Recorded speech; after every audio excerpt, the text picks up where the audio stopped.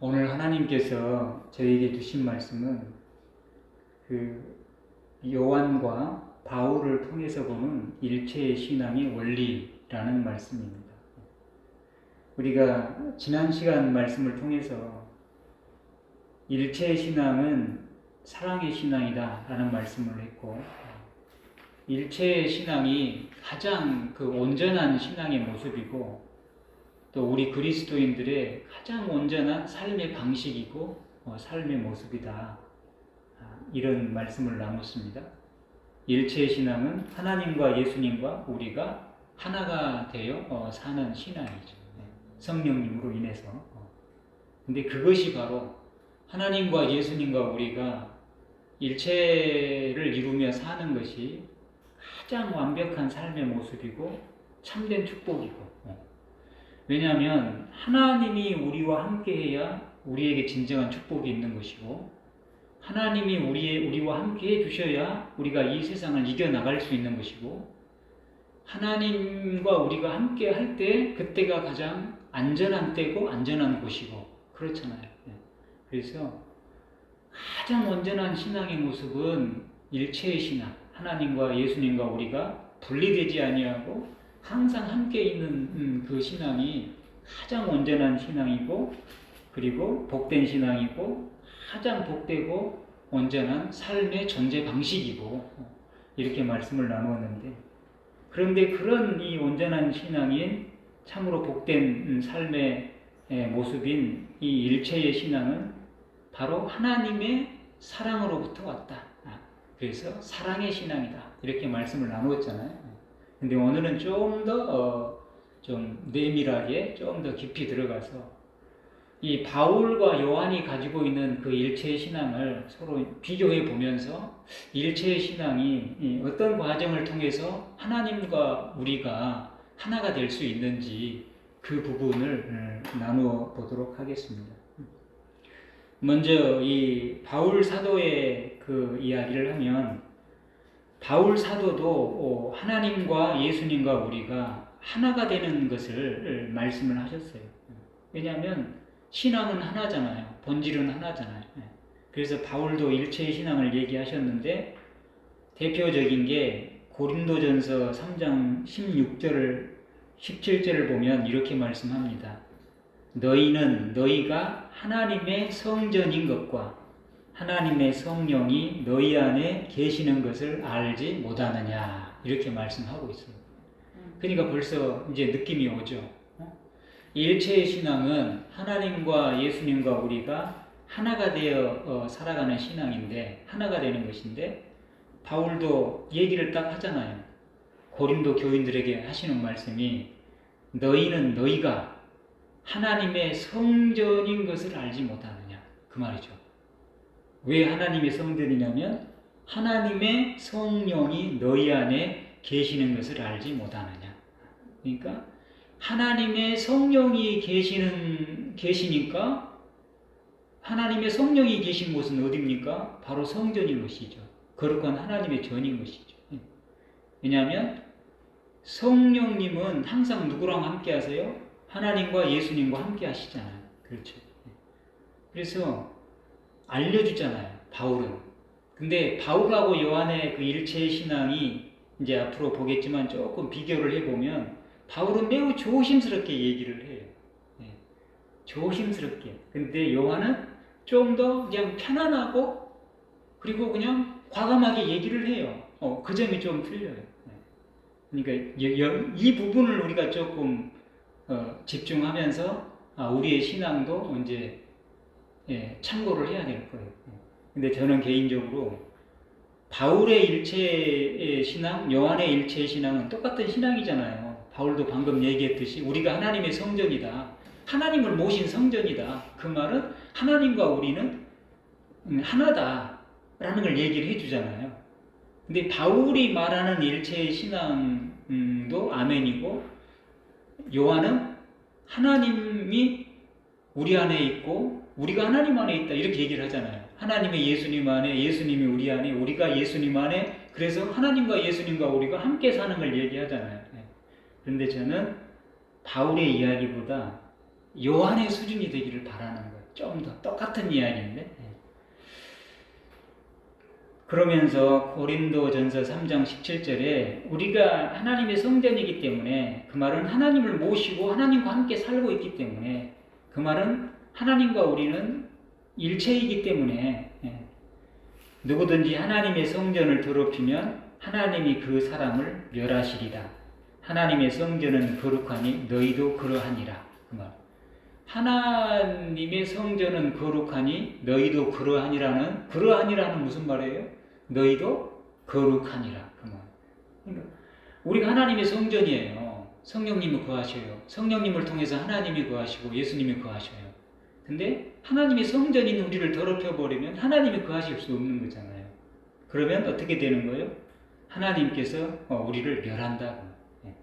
근데 사실 하나님이 우리 안에 거하지 않는 상태가 우리는 멸망받은 상태라고 할 수 있어요. 똑같은 이야기. 그래서 바울의 일체의 신앙도 보면 우리가 하나님의 성전으로서 하나님과 하나 되는 그 일체의 신앙을 알려주고 있다라는 것을 알 수가 있죠. 고린도 후서 13장 5절인가 이 부분을 보면, 고린도후서 13장 가장 마지막 장이에요. 고린도후서를 정리하면서 하시는 말씀이에요. 13장 5절이네요. 거기 보면 이렇게 말씀합니다. 똑같은 고린도 교인에게. 고린도 전서에서는 뭐라고 얘기를 했다고요? 우리가 바로 하나님의 성전이어서 하나님의 성전으로서 우리는 하나님과 함께 살고 있다. 그러니 하나님의 성전이 우리를 항상 거룩하게 해야 된다. 왜냐 하나님은 거룩하기 때문에. 이야기를 했잖아요. 안 그러면 하나님은 우리 안에 거할 수가 없죠. 거룩하지 않으면. 근데 이제 고린도서를 마치면서 고린도 후서 13장 5절 두 번째 편지에는 뭐라고 얘기하냐면, 너희는 믿음 안에 있는가 너희 자신을 시험하고 너희 자신을 확증하라 그랬거든요. 너희가 믿음에 있는지를 한번 살펴봐라. 자세히 한번 검증해봐라. 그러면서 예수 그리스도께서 너희 안에 계신 줄을 너희가 스스로 알지 못하느냐 그랬어요. 그러니까 예수 그리스도가 우리 안에 계신다라는 거예요. 계셔. 근데 예수 그리스도가 우리 안에 계신지를 알지 못하면 뭐가 되는 거예요? 너희는 버림받은 자니라. 이렇게 말씀하고 있어요. 그러니까 또 같은 이야기를 해주죠. 고린도 전서에서는 우리가 하나님의 성전으로서 하나님과 뭡니까? 함께 일체가 되는, 일체로 사는 그 신앙을 얘기해 주고 있잖아요. 그 사실을. 근데 후서에서는 이제 뭘 알려줍니까? 우리가 누구를 모시고 사는 걸 얘기해 줘요? 예수 그리스도를 모시고 사는 걸 얘기해 주는 거예요. 우리 안에 예수 그리스도께서 계시는 것을 얘기해 주는 거예요. 그러니까 뭡니까? 이것도 뭐죠? 예수님과 우리 안에 예수님이 계시니까 예수님과 우리가 하나가 되는 거잖아요. 일체가 되는 거잖아요. 그럼 예수님이 우리 안에 계시면 누구도 계시는 거예요? 하나님도 계시고 성령님도 계시고. 이것이 성령님을 통해서 또 다 이루어지는 것이죠. 하나님, 예수님, 성령님이 우리 안에 계시게 되는. 좀 더 보면 예수 그리스도께서 우리 안에 계신 줄을 알지 못하면 믿음이 있는 거예요, 없는 거예요? 믿음이 없는 거예요.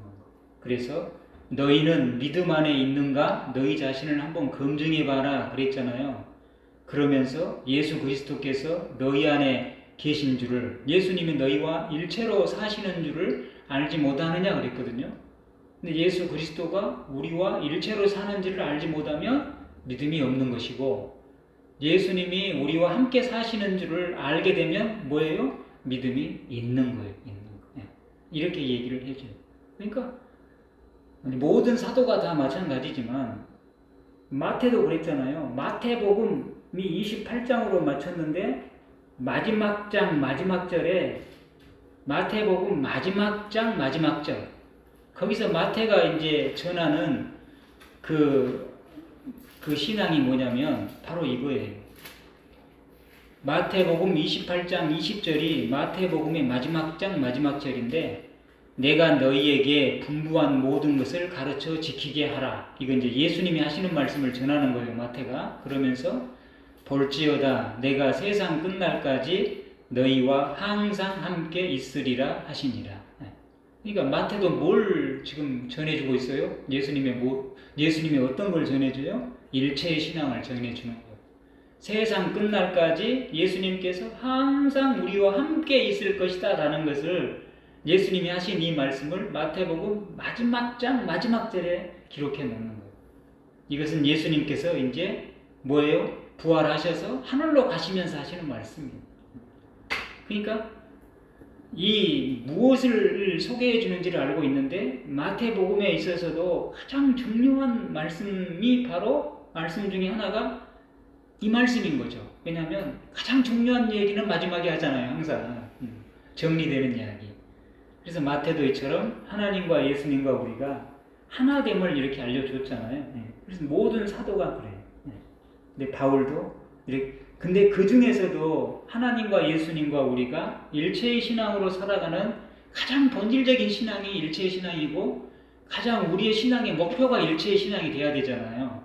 또 가장 본질적이고 우리의 목표된 삶의 방식이 일체의 신앙의 삶인데 그것을 가장 잘 얘기해 준 사람이 사도 바울하고 사도 요한이다 라는 거예요. 그런데 사도 바울과 사도 요한의 일체의 신앙이 또 조금씩은 색깔이 틀려요. 본질은 똑같은데 조금 다른 면이 있어요. 본질이 다른 것이 아니라 표현이 다른 것이죠. 근데 사도 바울은 보니까 뭐였어요? 성전으로서의 일체의 신앙. 그 다음에 오늘 좀 전에 본 말씀은 예수 그리스도가 우리 안에 계시는 그 믿음을 통한 일체의 신앙. 이것을 알려주고 있죠. 또 바울이 알려주는 일체의 신앙은 이것은 요한복음 15장에서 말씀한 포도나무 비유하고 비슷한 건데 바울은 교회의 머리를 누구라고 했어요? 예수님이 교회의 머리예요. 그걸 알려줘요. 바울은. 예수님이 교회의 머리입니다. 이 교회라는 것은 말로 보면 그 사람들이 모여 있는 거예요. 하나님께 부름받은 사람들이 모여 있는 것이 교회예요. 그렇죠? 그런데 그 교회의 본질을 보면 뭡니까? 하나님이 부름받은 사람들이 모여 있는데 교회의 그 머리는 누구예요? 예수님이에요. 예수님이 머리고 하나님께 부름받은 오늘 우리는 뭡니까? 교회의 몸이에요. 우리는 교회의 몸이에요. 예수님의 머리 대신 교회의 머리 대신 예수님께 붙어있는 몸이 바로 오늘 우리 성도요, 오늘 우리 교인들이에요. 교인들. 그러면 몸은 어떻게 구성이 되어 있죠? 우리 은영이 해부학 공부하니까 알겠지만 많은 구성 요소로 몸이 하나의 몸을 이루고 있잖아요. 그러니까 예수님은 우리를 뭐라고 해요? 교회의 몸의 지체라고 얘기를 합니다. 우리들 각자. 지체도 여러 가지 직분이 있고 역할이 다 틀리잖아요. 그것처럼 우리도 역할과 직분이 다 틀리잖아요. 그렇지만 합쳐서 보면 뭐가 되는 거예요? 교회의 머리 대신 예수님의 몸이에요. 우리는 몸. 그러면 교회의 머리 대신 예수님의 몸들은 어떻게 해야 돼요? 항상 하나가 되어서 어떻게? 머리가 지시하시는 일을 행하는 것이죠. 그게 이제 몸의 역할이죠. 그래서 이걸 보면 또 알 수 있어요. 이게 이제 바울 사도께서 우리에게 알려주시는 교회론이에요. 교회론. 교회가 무엇인가? 어떻게 이루어지는가? 이걸 보니까 오늘 우리는 예수님과 하나가 되어 있잖아요. 그죠? 예수님은 머리고 우리는 머리 대신 예수님의 그 몸의 지체들인 거예요. 지체. 몸의 지체로서 예수님과 하나 되어 있어요. 근데 우리 몸의 지체들이 머리 대신 예수님과 떨어져 살게 되면 이건 이제 그때부터는 문제가 되는 것이죠. 그죠? 항상 머리 대신 교회의 머리 대신 예수님하고 하나가 되어 살아야지. 일체가 되어서 붙어서 살아야지. 교회의 머리 대신 예수님과 떨어져 살면 머리의 지시를 받는 것이 아니라 각자 제멋대로 살게 되죠. 분리된 삶을 살게 되죠. 그때가 이제 문제가 되는 거잖아요, 우리가.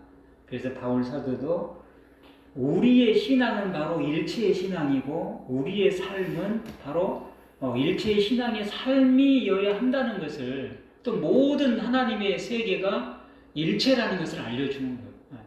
그게 바로 교회론을 통해서도 알려주고 있어요. 이게 고린도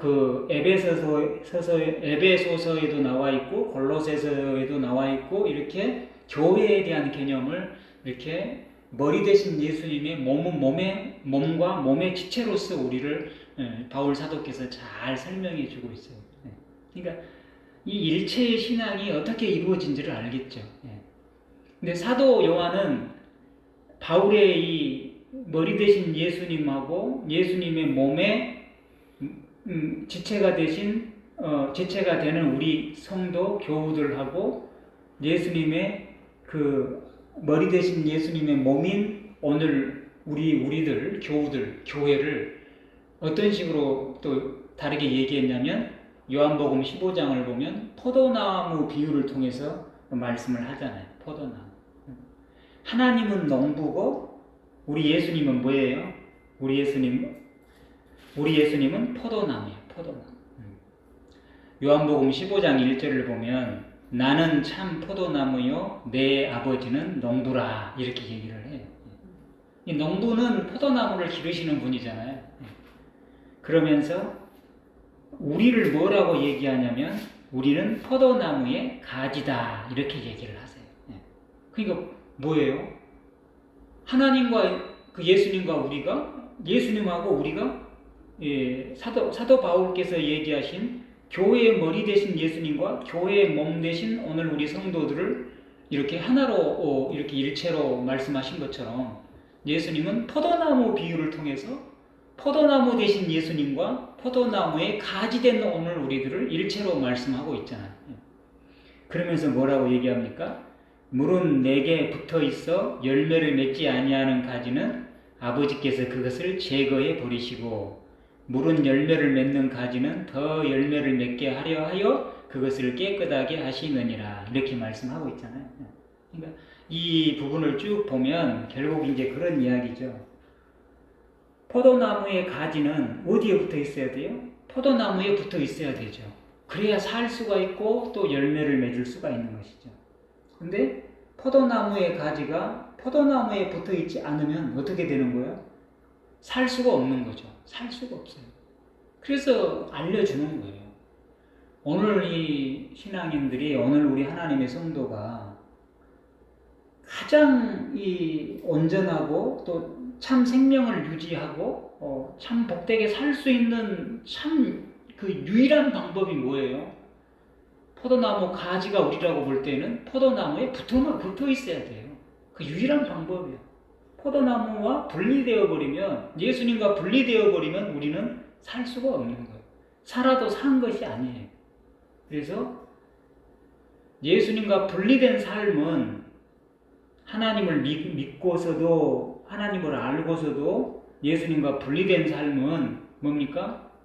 이것은 살아있는 삶이 아니에요. 육신은 살았지만 영적으로 죽어 있는 삶이고, 또 예수님을 믿지 않아서 예수님과 분리된 삶도 영적으로 보면 성경에서는 세상 육신은 살아있지만 그 영은 죽었다고 얘기를 하는 거예요. 그렇게 되는 거예요. 예수님께서 이제 말씀하잖아요. 자신이 포도나무고 우리를 가지라고 하면서 뭐라고 얘기하냐면 내 안에 거하라 나도 너희 안에 거하리라, 이렇게 말씀하고 있어요. 가지가 포도나무에 붙어 있지 아니하면 스스로 열매를 맺을 수 없음 같이 너희도 내 안에 있지 아니하면 그러하리라, 이렇게 얘기를 해요.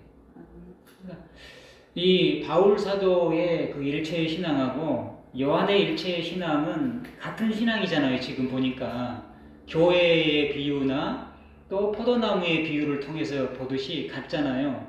그런데 표현이 조금 달라요. 번지는 같은데 표현 방식이 틀려요. 바울은 뭡니까? 우리가 예수님, 머리 대신 예수님의 몸을 이루는 지체로서, 우리는 우리 지체로서의 각자의 역할을 감당하며 예수님 머리와 분리되지 않는 합당한 몸을 이루면서 사는 것을 강조를 하거든요. 근데 요한은 같은 얘기를 하면서도 그 표현을 어떻게 합니까? 내 안에 거하라, 나도 너희 안에 거하리라. 이렇게 표현을 한다. 그러니까 바울의 표현은, 바울의 일체신앙은 일체신앙에 대해서 좀 더 명쾌하게 잘 설명을 해주는데 약간 좀 딱딱함이 있잖아요. 그죠? 약간 딱딱함이 있어. 근데 요한은 일체의 신앙을 알려주는데 설명은 바울보다 조금 부족할 수 있지만 뭐가 있어요? 그 안에 편안함이 있어요. 편안함이 더 커요. 그리고 하나님과 이 하나님과 사귐이 더 동등하게 느껴져요. 요한은. 바울 사도께서 전하는 하나님과의 일체의 신앙은 하나님과 우리의 그 사귐이라고 말하기가 조금 좀 머뭇거릴 정도로 좀 경직되어 있어요. 근데 요한은 아주 편안하게 하나님과 우리가 사귀는 것처럼 얘기를 해버려요. 같이 사는 것처럼 얘기를 해. 그 뉘앙스가 조금 틀린 거예요. 근데 이게 이제 우리가 지난 시간들을 통해서 계속 보았듯이 요한은 그 신앙의 출발점이 어디였습니까? 예수님의 품 안에서 출발한 사람이잖아요. 늘 예수님의 품 안에 있었고 또 예수님께 사랑받는 제자고 이렇게 성경에 나와 있잖아요. 그래서 품 안에 있으면 좀 더 가깝고 좀 더 과감하고 그러잖아요. 그런 것처럼 표현이 좀 편해요. 편하고 하나님과 예수님과 이 사귐이 과감해. 그런데 그것이 더 좋은 것 같아요. 제가 봐서는. 그게 더 좋아. 근데 바울은 하나님께 엄청 잘못된 짓 하다가 자기의 잘못된 신념 때문에 그랬죠. 바울이 잘못된 사람이 아니라 신념이 잘못돼서 엄청 잘못된 짓 하다가 어떻게 된 거예요? 예수님을 만나서 완전히 거꾸로진 거잖아요. 담에색으로 예수 믿는 사람 잡으러 가다가 거기서 예수님 만나가지고 예수님이 그랬잖아요. 사울아 사울아. 바울의 옛 이름이 사울이잖아요. 사울아 사울아 내가 나를 왜 핍박하느냐. 거기서부터 이제 바울이 무너진 거잖아요. 예수님을 만나고 진짜 예수님이 계시는구나. 내가 하나님의 아들이신 예수님을 핍박하는 삶을 살았구나 라고 바울이 회개하고 예수님을 믿고 전하는 사도로 바뀌었잖아요. 그래서 바울은 후에 자신을 표현하기를 나는 죄인 중에 뭐라 그랬어요? 괴수다 그랬어요. 그냥 그만큼 예수 믿는 사람을 핍박하고 나쁜 짓을 많이 했다라는 거예요. 그런데 하나님이 예수님이 나를 불러주셔서 죄인 중에 괴수인 나를 예수님의 하나님의 일꾼으로 사도로 삼아주셨다. 그런 이야기가 있잖아요. 그런 어떤 신앙의 출발점 때문에 그런 것 같아요. 좀 더 과감하지 못해. 잘못하다가 용서받고 하나님과 예수님과 가까워진 사람은 좀 더 과감하지 못하잖아요. 근데 요한은 예수님 생전부터 늘 품 안에 있어서 그런지 좀 더 편안하고 과감해요. 근데 제가 봐서는 사람마다 성향이 틀리겠지만은 우리의 신앙이 처음에는 바울 같은 모습일지라도 그죠? 우리가 죄인으로 살면서 하나님을 만나고 하나님과 하나 될 때는 바울 신앙을 통해서 하나가 될 거예요. 과정이 됩니다. 그렇지만 우리가 하나님과 하나 된 신앙을 가진 이후에 일체된 신앙을 가진 이후에는 요한처럼 살아야 돼요. 요한처럼. 그것이 이제 진정 더 복되고 행복한 삶이에요. 늘 예수님이 품 안에 있는 것처럼 그렇게 살아야 돼요. 분리되지 않고 편안한 그런 느낌이 있는 거예요. 그래서 표현이 틀려요. 그래서 요한의 일체의 신앙은 거한다는 말이 많아요. 함께 산다. 이 말이 많아요. 조금만 더 하고 마치고 요한의 일체의 신앙은 다음 시간에 해야 될 것 같아요. 시간이 없어서 바울의 일체의 신앙을 이제 정리를 해볼게요. 바울은 왜 일체의 신앙이 좀 더 조심스럽고 그리고 왜 좀 경직된 일체의 신앙, 조심스러운 그런 일체의 신앙으로 갈 수밖에 없었는지, 그건 바울이 죄인 중에 자기 스스로 고백했듯이 죄인 중에 괴수로 살다가 용서받고 하나님께 나온 사람이라는 그런 신앙의 태생에서의 그 조심스러움이 그 안에 이제 좀 담겨 있다라는 것을 우리가 알 수가 있겠죠. 예. 그래서 바울은 우리 인간의 그 본성을 잘 설명해 줘요. 본인 자체가 모든 사람이 똑같지만은 본인 자체가 뭐였어요? 죄인 중에 괴수로 살았다고 할 만큼 하나님께 이제 그 죄된 삶을 살았잖아요. 하나님 믿는 사람을 핍박하는 그런 삶을 살았잖아요. 예. 그러면서 또 바울의 또 장점이 뭐냐면 지식이 많잖아요. 지식이 많고 이 헬라의 과거에 공부를 한 사람이라 뭐예요? 머리가 굉장히 분석적이에요. 분석적. 이 학문이라는 것이 분석과 종합이잖아요. 시험 문제도 똑같잖아요. 어떤 문제는 분석하는 문제를 내고 모든 것을 그냥 종합해 놓고 거기서 하나를 분석해 내는 것을 훈련시키는 것이고, 또 다른 학부류는 뭐예요? 모든 것을 쪼개 놓고 분석해 놓고 그것을 종합해내는 그 능력을 보는 것이 이제 시험의 큰 두 관례인 거예요. 인간의 능력을, 지적 능력을 평가할 때 바로 두 가지를 평가하는 거예요. 분석하는 능력이 있는지 아니면 종합하는 능력이 있는지, 이 두 개가 굉장히 필요하잖아요. 근데 바울은 이 분석과 종합의 능력이 출중했지만 그 중에서도 이 분석의 능력이 뛰어난 것 같아요. 그래서 분석의 능력이 뛰어나니까 종합적으로 뭉뚱그려 있는 것을 쪼개가지고 잘 세밀하게 설명해줘서 그 전후관계 또 논리관계를 설명하면서 우리들이 잘 이해할 수 있도록 해주는데 굉장히 엄청난 역할을 하신 분이 바울 사도예요. 그래서 가장 오늘 기독교에 있어서 가장 인용을 많이 받고 가장 연구가 많이 되는 분이 바울 사도인 것이죠. 또 성경도 가장 많이 기록했고, 그래서 일체의 신앙도 바울의 일체의 신앙을 보면 우리 보통 사람들이 하나님과 우리가 어떻게 일체의 신앙을 이루는지를 가장 잘 알 수 있도록 설명을 해놨어요. 그럼 이제 좀 더 들어가 봅시다. 바울은 우리 안에 내면을 두 종류의 자아로 구분을 해놨어요. 우리의 자아가 하나지만 그 자아에는 두 가지 성격이 있다고 설명을 해놨어요. 그것이 이제 로마서 7장에 나와 있고 성경 전반적인 부분인데, 그게 뭐냐면 우리 내면의 우리 자신은 뭡니까? 하나님의 법을 따라 살려고 하는 우리가 있고 또 세상의 법을 따라 살려고 하는 우리가 있다고 바울이 설명을 해줘요. 그러니까 참 설명을 잘해주잖아요. 우리도 그러잖아요. 어떨 때는 하나님 말씀 따라 살려고 그러고 어떨 때는 그냥 세상으로 따라 살려고 그러고, 이 안에서 우리는 짬뽕되어 있잖아요. 우리 내면이. 근데 이것을 이렇게 딱 구분을 해줬어요. 그래서 우리 안에 겉사람이 있고 속사람이 있다라는 얘기를 또 해줘요. 근데 우리 안에 깊은 속사람은 가장 본질적인 사람이잖아요. 가장 깊은 내면의 사람은 하나님의 법을 따르도록 되어 있어요. 우리 인간은 하나님이 창조할 때. 바울이 설명해 주는 내용입니다. 그렇지만 눈으로 보는 세상을 살아가는 우리의 겉사람은 무슨 법을 따르게 생겼어요?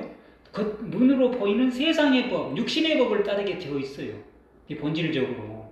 그래서 이 두 가지가 항상 우리 안에 싸우고 있다라는 거예요. 우리는 깊은 우리의 내면에 있는 그 우리의 속사람, 내면의 사람이 추구하는 하나님이 만들어 놓은 하나님의 법을 따라 살아야 되는데 계속 뭡니까? 눈으로 보이는, 겉에 보이는 세상의 것을 따라 사는 겉사람이 주인이 되는 삶을 많이 살고 있다. 모든 사람이. 그래서 바울이 고백하잖아요. 로마서 7장에 보면 7장 24절에 오라 나는 공고한 사람이로다. 이 사망의 몸에서 누가 나를 건져내랴 그랬거든요. 그러니까 바울이 자기 자신을 가만히 보니까, 하나님을 믿고 돌아와서 보니까 그러고 있다는 거예요. 내 마음속으로는 하나님의 법을 섬기고 싶어 하는데 내 육신으로는 뭘 섬기고 있는 거예요? 세상의 법, 죄의 법을 섬기고 있는 거예요. 그러고 있는 자신을 발견하고, 그래서 우리 자신은 나는 참 공고한 사람이다 라는 얘기를 하는 거예요. 그러니까 이것을 얘기해 주는 거예요. 근데 우리가 봅시다. 그 바울의 일체의 신앙에서 고린도전서 3장 16절을 보면 우리가 하나님의 성전으로서 하나님과 일체를 이루는 일체의 신앙을 알려줬잖아요. 그러면서 우리에게 뭐라 그랬어요? 너희는 하나님의 성전이니까 너희가 어떻게 해야 된다고요? 거룩해야 된다고 그랬잖아요. 그래야 하나님이 거하시지, 거룩하신 하나님이 거룩하지 않은 곳에 거하실 수가 없잖아요. 그럼 어떻게 돼야 되겠어요? 하나님의 성전으로서 하나님과 하나 되기 위해서, 다시 말해서 거룩하신 하나님을 모시기 위해, 우리가 거룩해지기 위해서는 어떻게 돼야 되겠어요? 본질적으로는 예수님을 믿음으로 우리의 죄를 용서함 받아야 거룩해지지만, 삶의 영역에서 보면 어떻게 돼야 돼요? 우리의 겉사람이 추구하는 죄의 법과 세상의 법을 따라가면 안 되잖아요. 그죠? 항상 어떻게 돼야 돼요? 우리의 속사람이 추구하는 하나님의 법, 생명과 성령의 법을 따라 살아야 되겠죠. 그런 과제가 생기잖아요. 로마서 8장 2절 보면 그리스도 예수 안에 있는 생명의 성령의 법이 죄와 사망의 법에서 너를 해방하였습니다. 이렇게 얘기하고 있거든요. 그리스도 예수 안에는 생명의 성령의 법이 있어요. 생명과 성령의 법이 있는데, 그런데 이 세상에는, 우리의 육신 속에는, 우리의 겉사람은 어디서 살아요? 죄와 사망의 법에서 사는 거야. 그렇죠? 그러면 죄와 사망의 법으로는 우리 그리스도 예수 생명과 성령의 법이 주관하는, 생명과 성령의 법을 주관하시는 그리스도 예수와 하나가 될 수 없잖아요. 그래서 바울은 어떻게 일체를 이룰 것인가 라는 것을 알려주는데, 이제 바로 마칠게요. 시간이 많이 됐네. 로마서 6장 보면 세례를 통해서도 알려줘요. 6장 3절 보면 이렇게 말씀합니다. 무릇 그리스도와 합하여 세례를 받은 우리는 그의 죽으심과 합하여 세례를 받은 줄을 알지 못하느냐, 이렇게 얘기하고 있어요. 그러니까 뭡니까? 바울이 말하는 세례는 그리스도와 합하여 세례를 받은 우리는 무엇과 합한 거예요? 그리스도의 죽으심과 합하여 세례를 받았다라는 거예요. 이렇게 얘기를 합니다. 그럼 봅시다. 로마서 7장에 봤듯이 우리 안에는 죄와 사망의 법을 따르는 겉사람이 있고 생명과 성령의 법을 따르는 속사람이 있어요. 그러면 우리가 예수님과 하나님과 일치가 되려면 바울의 얘기처럼 교회의 머리 되신 예수님과 하나 되는 그리스도의 몸이 되려면, 또 하나님의 성전인 우리가 하나님의 성전이 되려면 어떻게 돼야 돼요? 뭐가 없어져야 돼? 죄와 사망의 법을 따르는 우리의 겉사람이 어떻게 돼야 돼요? 죽어야 돼요. 죽어야 돼요. 그렇죠. 죽고 뭐만 살아야 돼요? 생명과 성령의 법을 따르는 속사람만 살아야 돼요. 그렇게 돼야 돼요. 그 맥락이 바로 로마서 6장 3절 세례하고 연관되어 있는 거예요. 바울은 뭐라고 표현하죠? 그리스도 예수와 합하여 세례를 받은 우리는 뭐예요? 세례만 받은 것이 아니라 그리스도의 죽으심과 합하여 세례를 받았다라는 거예요. 그리스도가 죽었잖아요. 우리 죄를 용서해 주기 위해 죽었잖아요. 그래서 우리가 세례를 받은 사람이 된 거예요. 깨끗해진 거예요. 세례는 깨끗하게 하는 의식이잖아요. 깨끗해진 거예요. 동시에 우리의 겉사람도 어떻게 돼야 돼요? 죽어야 되는 거예요. 죽어. 죄된 본성과 자아가 죽어야 돼요. 그래야 되는 거예요. 그래야만이 우리가 예수님과 하나님과 일치를 이룰 수가 있는 거예요. 그렇죠? 이런 원리예요. 갈라디아서 2장 20절 보고 이제 마칠게요. 바울의 일체적 신앙. 바울은 같은 이야기를 합니다. 세례가 그리스도 예수와 합하여 세례를 받았다면 그리스도 예수의 죽으심과 합하여 세례를 받은 것이어서, 세례를 그리스도 예수와 합하여 세례를 받은 우리는 그리스도 예수와 함께 죽고 그 다음에 그리스도 예수와 함께 사는 것이에요. 그리스도 예수와 함께 죽어야 그리스도 예수와 함께 살아나는 거예요. 그렇게 되잖아요. 그리스도 예수와 함께 우리가 죽어요. 십자가에 못 박히지 않았지만 우리는 그리스도 예수를 믿음으로 그리스도 예수와 함께 죽어야 돼요. 죽음에 참여하는 거예요. 믿음으로 참여해요. 그래가지고 아직 우리가 본질적인 부활은 이루지 않았지만 본체적인 부활은 없지만 믿음으로 그리스도 예수의 부활에 참여하게 된 거예요. 우리가 살아난 거예요. 바로 그 이야기. 이 부분을 더 설명을 해야 되는데 그 이해가 하겠죠. 시간이 없고. 갈라디아서 2장 20절 보면 이렇게 바울이 고백합니다. 내가 그리스도와 함께 십자가에 못 박혔나니 그런즉 이제는 내가 사는 것이 아니요 오직 내 안에 그리스도께서 사시는 것이라. 딱 정리를 해주잖아요. 그러니까 바울의 일체의 신앙은 뭡니까? 가장 선행되는 조건이 있어요. 뭐가 있어야 돼요? 죽어야 돼요. 우리가 죽어야 돼. 거룩하신 하나님의 성전이 되기 위해서는, 성전으로 살기 위해서는 죽어야 될 것이 있어요. 우리 안에. 뭡니까? 죄와 사망의 법을 따르는, 죄와 사망의 법에 지배받는 우리의 잘못된 본성이나 자아가 죽어야 돼요. 그것이 어떻게 돼야 돼요? 갈라디아 2장 20절 보면 그리스도와 함께 십자가에 못 박혀야 돼요. 그것이. 근데 못 박혔어요. 어떻게? 믿음으로. 그리스도 예수, 십자가를 지신, 구원의 주로 십자가를 지신 그리스도 예수를 믿음으로 바울은 얘기를 해준 거예요. 우리는 이 예수를, 그리스도를 믿음으로 그리스도와 함께 십자가에 못 박힌 거예요. 우리가. 그래서 뭐가 죽었어요? 우리가 우리의 그 죄와 사망의 법이 지배하는 우리의 본성, 자아 자체가 죽은 거예요. 그래서 이제는 우리가 사는 것이 아니에요. 내가 사는 것이 아니라 누가 사는 것이요? 오직 내 안에 그리스도께서 사시는 것이다. 주님이 사시는 것이다. 이게 뭡니까? 바울의 일체의 신앙. 핵심인 거예요. 핵심. 이게 바울의 일체의 신앙이 성전된 일체의 신앙, 교회의 몸된 일체의 신앙, 또 예수 그리스도를 모신 일체의 신앙인데 그 원리와 방법이 어떻게 이루어진지를 알겠죠. 그리스도 예수와 함께 믿음으로 십자가에 못 박혀서 우리가 죽어야 돼요. 죽고 우리는 우리가 사는 것이 아니라 누구로 살아요? 그리스도 예수가 우리 안에서 삶으로 그리스도 예수와 하나님과 우리가 일체를 이루는 신앙이 바울의 일체 신앙이다라는 거예요. 네, 이해가 되겠죠. 근데 이게 얼마나 설명을 잘 해놨습니까? 그래서 우리 세상 모든 사람들이 이해할 수 있도록 다 해놨잖아요.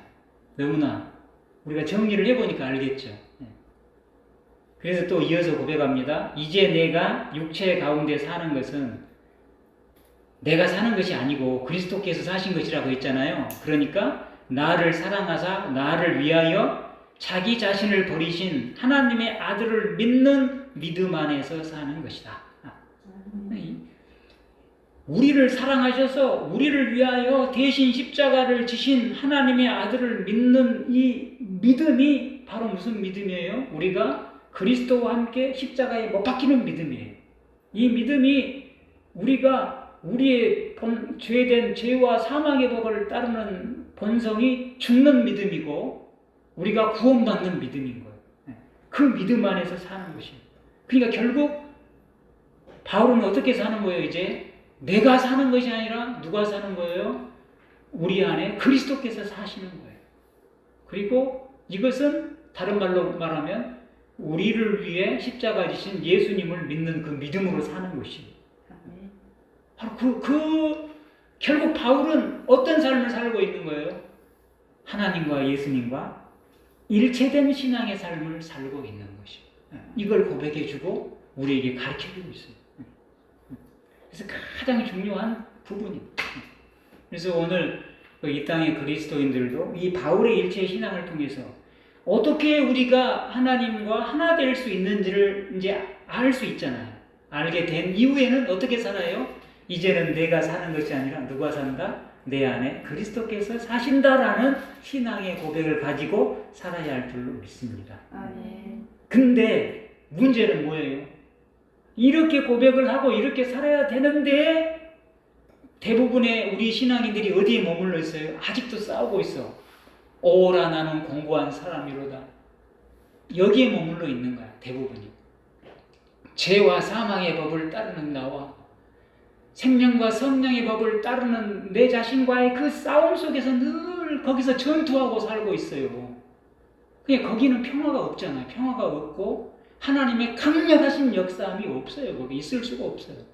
완전히 죽고 그리스도께서 우리 안에 사셔야 거기에 놀라운 하나님의 평화와 축복과 영광과 역사가 나타나잖아요. 근데 거기를 못 이루고 거기에 이르지 못하고 아직도 싸우고 있는 삶이야. 그래서 교회 나와서 기도할 때나 뭐 할 때나 보면 뭐예요? 하나님 뭐 잘못했고 또 용서해 주시고 맨날 또 잘못했고 그 잘못한 걸 또 잘못했고 또 다음 주에 오면 또 그걸 또 잘못했습니다. 그러고 사는 거야. 그러니까 뭐예요? 하나님 내가 죽고 이제는 내가 사는 것이 아니라 내 안에 예수 그리스도께서 사시는 하나님과 예수님과 우리가 성령으로 일체되는 그 삶을 제대로 살지 못하고 일체를 이루는 과정 속에 지금 계속 살아가고 있는 거예요. 내가 온전히 그리스도와 함께 십자가에 믿음으로 못 박혀야 되는데 못 박히고 계속 박혔다 못을 박았다 뺐다 계속 그러는 과정 속에서 살고 있다라는 거예요. 근데 그건 정답이 아니에요. 그건 정답이야. 완전히 그리스도와 함께 십자가에 믿음으로 못 박혀서 내가 사는 것이 아니라 주님이 사는 그런 삶을 살아야 되고, 교회도 우리가 하는 교회가 아니라 주님이 사는 운영하는 주님의 교회가 되어야 할 줄로 믿습니다. 네. 이것을 위해서 바로 이 바울과 요한의 일체의 신앙, 이 신앙을 우리가 말씀을 나눈 거예요. 우리 예담교회는 수준이 맨날 막 하나님과 오라 나는 공부한 사람이라 이 수준에 머물러 있으면 안 돼요. 우리 예담교회는 뭐가 되어야 돼요? 이제 다음 시간에 요한의 일체의 신앙을 좀 더 이제 바울과 비교해서 보겠지만, 하나님의 평안과 하나님의 은혜와 그 축복, 그 감사를 누리는 지복의 일체의 신앙의 수준에 이르고 그런 삶을 이 땅에서부터 살아야 할 줄로 믿습니다. 기도하겠습니다.